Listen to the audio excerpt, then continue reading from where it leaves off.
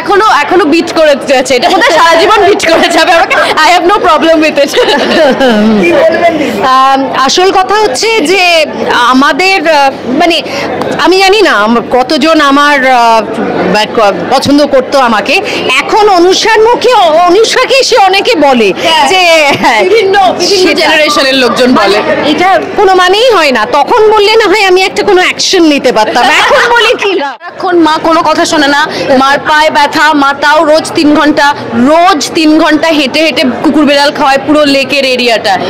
এটা মার সবার এটা নিয়ে অনেক মা খুঁড়িয়ে খুঁড়িয়ে মানে ঝড় বৃষ্টি রোদ সবের মধ্যে যায়। দুই বিশেষ নারীকে পেয়ে গেছি বিশেষ কারণে, মেয়ের ছবি রিলিজ, তার জন্য মা হাজির। ফার্স্টেই বলবো যে মাকে নিয়ে ছবি দেখা নিজের এই অভিজ্ঞতাটা মায়ের থেকেও জানবো। মেয়ের ছবি দেখা, মেয়ের হাত ধরে এসে কেমন লাগে আগে শুনে? আমরা বেশ অনেক দিনই বোধহয় তোমার অনেক কটা প্রিমিয়ারেই আমি গিয়েছি। প্রথমে আমার মানে প্রথম ছবিটার ইমপ্রেশন আছে, সেটাতে আই ওয়াজ প্রিটি নার্ভাস, এবং সেই ছবিটা না শুরুই হয়েছিল with a shot of Anusha, একটা ঘুড়ি ওড়ানো হচ্ছে সেখানে, রাইট? সো মানে সেটা দ্যাট ওয়াজ এক্সাইটিং, মানে আমি কখনো used to eat a little bit. একদমই তাই, একদমই তাই। টিভিতে যখন রোজ দেখতো মা তো উড সিরিয়ালস যখন ও tell me she will give me এটা এইভাবে করো পরের থেকে, you know it's like notes, giving me notes, take the light, লাইটটা ভালো করে নিতে হবে, এটাই হ্যান্ডটা সেই।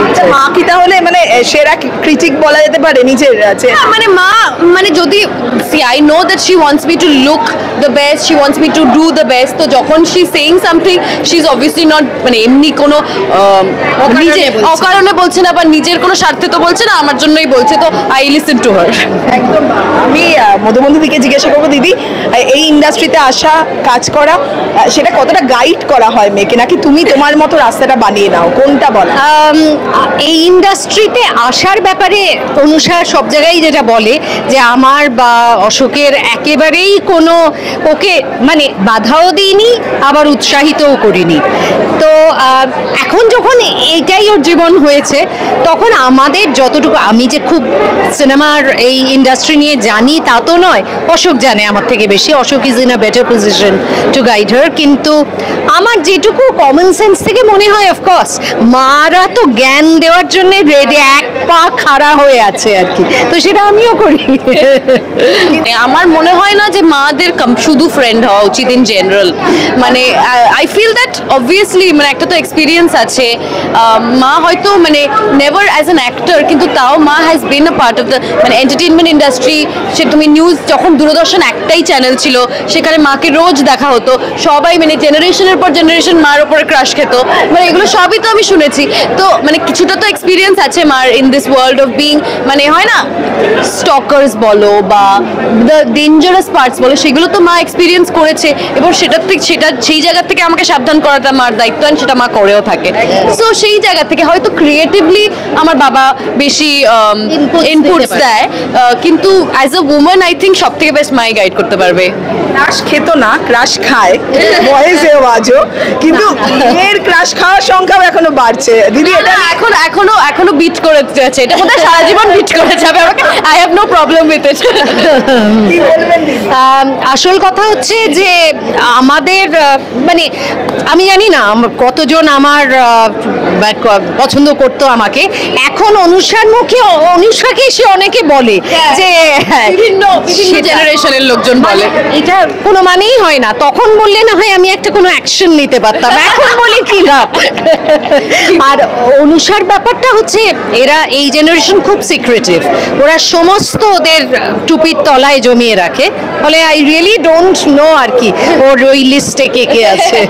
মানে অনুষা ভীষণ কম্পোজ, আমার মনে হয় একদম কনফিউজড নয় নিজের ডিসিশন নিয়ে, এটা বোধহয় নিজে থেকে। আমি ওকে অনেকদিন আগে থেকে, তাই জন্যই তুমি বুঝতে পারছো না, সেটা মা বলতে পারবে ভালো।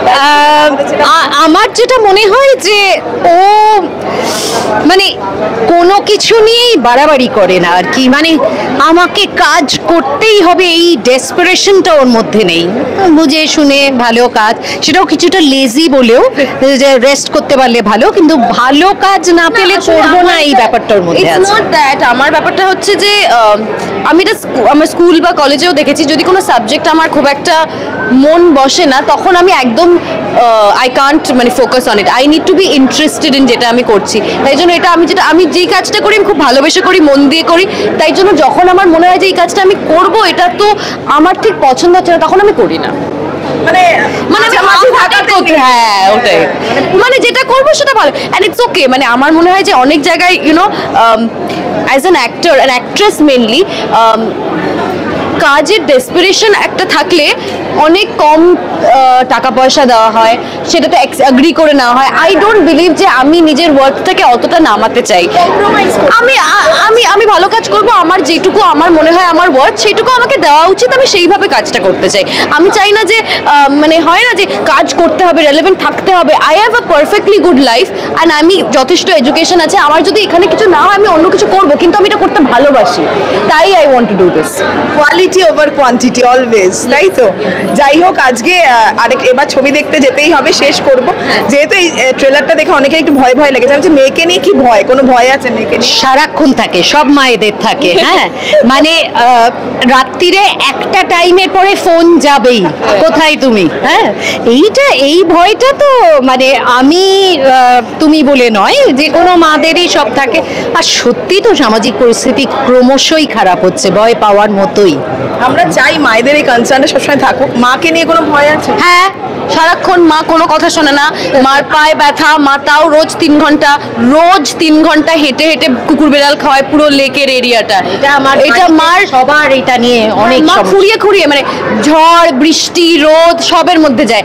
একদিন প্রচন্ড বোধহয় ঝড় হয়েছিল, জল জমে গেছিল, মা যেতে পারি না বললো, 3 বছরে প্রথমবার যেতে পারলাম না, এরকম। তো এটা হচ্ছে একটা প্রবলেম, মানে নিজের পাটা, মানে আই আন্ডারস্ট্যান্ড অবভিয়াসলি যে কুকুর বিড়ালরাও অসহায়, ওদেরকে খাওয়াতে হবে, কিন্তু মা একটু অবসেসিভ লেভেলে চলে যাচ্ছে ওটা।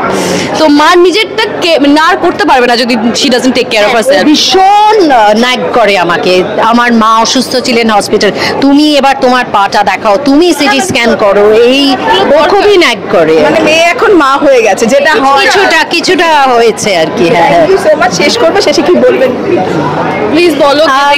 আমি অবশ্যই বলবো, কেননা ট্রেলার দেখেই আপনারা বুঝেছেন যে এটা একেবারেই অন্য ধরনের, অন্য ধাঁচের ছবি এবং মৈনাকের ছবি। এসকে অনেক পরিশ্রম করেছে, পুরোটাই এটা ইংল্যান্ডে শুট করা হয়েছে। ইংল্যান্ডের ওই অদ্ভুত একটা ডার্ক লুমিনেস, সেটা এই ছবির প্রেক্ষাপট হিসেবে দারুণ কাজ করেছে। আপনারা দেখুন, কেননা ঠিক এরকম আরেকটা ছবি দেখার সুযোগ হয়তো হবে না। Thank you.